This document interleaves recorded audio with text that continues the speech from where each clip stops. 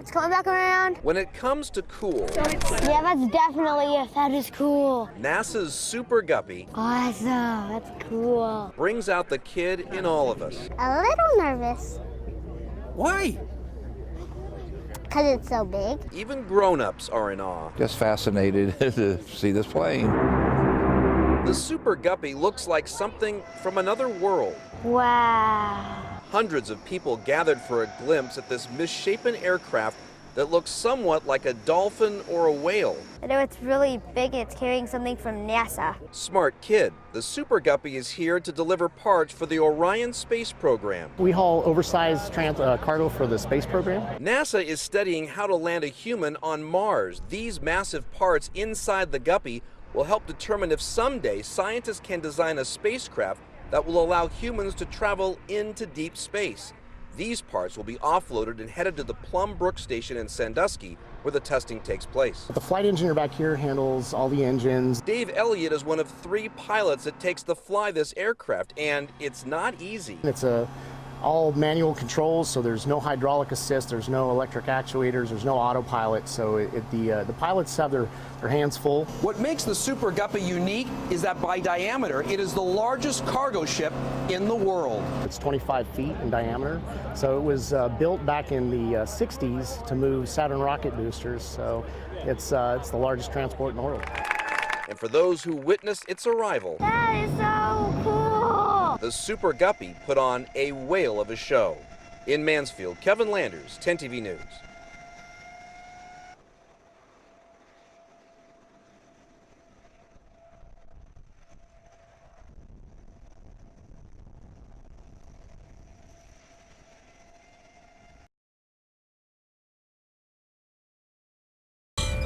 Color is in season at the Cleveland Museum of Art. From the grounds awash in the pastels of spring to the gardens of Giverny, where Claude Monet found inspiration. What do you think about this painting? This is my favorite. It's kind of playful, it's kind of whimsical. About 40 minutes to the south, The Bold and the Beautiful is in bloom at Akron's Museum of Art. We're really different in terms of what we collect and who we are. This is about line, shape, and color. Modern and contemporary works from around the world and around the corner Julian Stanchek lives in Seven Hills. are on view, free to the public every Thursday from 11 o'clock in the morning until 9 o'clock at night. And there are free activities for kids of all ages. Story time, creative play dates, classes for kids, and then for us grown-ups, there's yoga, films, lectures, beer tastings. All of those activities take place on Thursdays and are free. The museum even offers happy hour from 4 to 7 for those in search of an affordable date night. This is the Red Kerchief, and it's painted by Claude Monet. And speaking of affordable date nights, the Cleveland Museum of Art is open 7 days a week, and it costs nothing to enjoy the gallery collections. So are you ready to go in? Sarah Robertson and her 6-year-old daughter, Jessie, Are all the hearted ones you like? never run out of things to enjoy when they visit. Today they're checking out the collection wall, which puts the museum's entire collection at their fingertips. Oh, wow, those textiles. Taking a picture, get to make your own face if you wanna. Take a look at the interactive freebie that's caught the attention of Cornell Moore and his grandchildren. And they see if you can do the beard. The display allows them to create their own statues, or they can pose like one, and the computer will grade them on how well they've done. Then this happens. But there's a bigger payoff for some visitors, like 8-year-old Navario Wereth. To be a good person at science and be a better learner. So this is the large plane trees, the road menders at St. Remy by Vincent van Gogh. Museum staff is always working to create a new experience for visitors. Second Sundays allow them to make their own art. There are free tours. Wednesday and Friday are date nights, but fabulous freebies. What do you think about what you're drawing?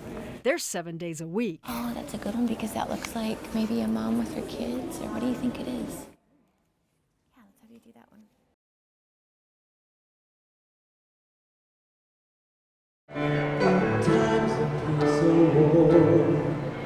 The sound of music gives people passing by a reason to smile and pause. Now, thanks to the Heather Pick music program, patients like Denise Bayaki can enjoy the show streamed live from the James lobby right to her room on the 20th floor. It's healing. Music is so healing. It's just, we're connected musically. I mean, there's a connection there, but I don't think anything else can fill that. That's the environment the James Care for Life program wanted to create when it started the music program this year, which is unlike any other in the country. It allows every patient on every floor the chance to experience the music outside their room without ever having to leave. We know that there's evidence that there's healing. People have less pain, and there's better noise control, and all of those things that are important to a patient's ability to heal from the reasons why they're here.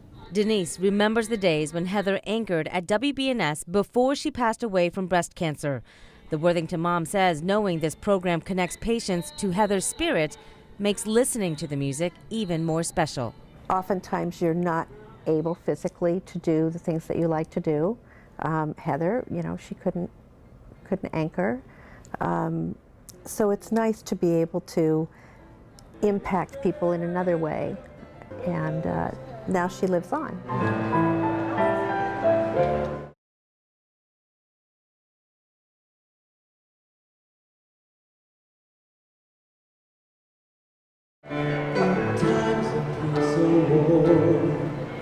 The sound of music gives people passing by a reason to smile and pause. Now, thanks to the Heather Pick Music program, patients like Denise Bayaki can enjoy the show, streamed live from the James lobby right to her room on the 20th floor. It's healing. Music is so healing. It's just, we're connected musically. I mean, there's a connection there, but I don't think anything else can fill that. That's the environment the James Care for Life program wanted to create when it started the music program this year, which is unlike any other in the country. It allows every patient on every floor the chance to experience the music outside their room without ever having to leave. We know that there's evidence that there's healing. People have less pain, and there's better noise control, and all of those things that are important to a patient's ability to heal from the reasons why they're here. Denise remembers the days when Heather anchored at WBNS before she passed away from breast cancer. The Worthington mom says knowing this program connects patients to Heather's spirit makes listening to the music even more special. Oftentimes you're not able physically to do the things that you like to do. Heather, she couldn't anchor.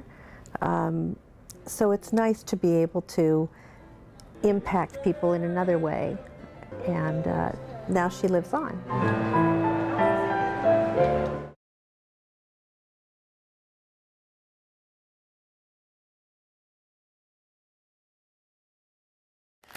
I'm Sofia Karpovich. She is 76 years old. This is our first picture together. Her husband Edgar is 77. Not too close. When they first met, she remembers he was beyond handsome. I looked at him and said, it's not fair to have such a beauty. Edgar's first impression: shy girl, very unusual color of her hair. I was red. They met at a mutual friend's home before college in Kiev. Their love grew through letters. I knew about my wife more during these 3 years with letters, because she opened her soul, her heart during, and I probably also. Was he a romantic writer? Yes. After a 3-year engagement, Edgar told Sofia he wanted to be with her the rest of his life. And what I answered you, I don't remember.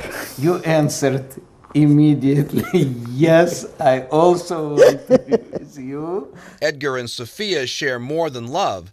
They also share tragedy.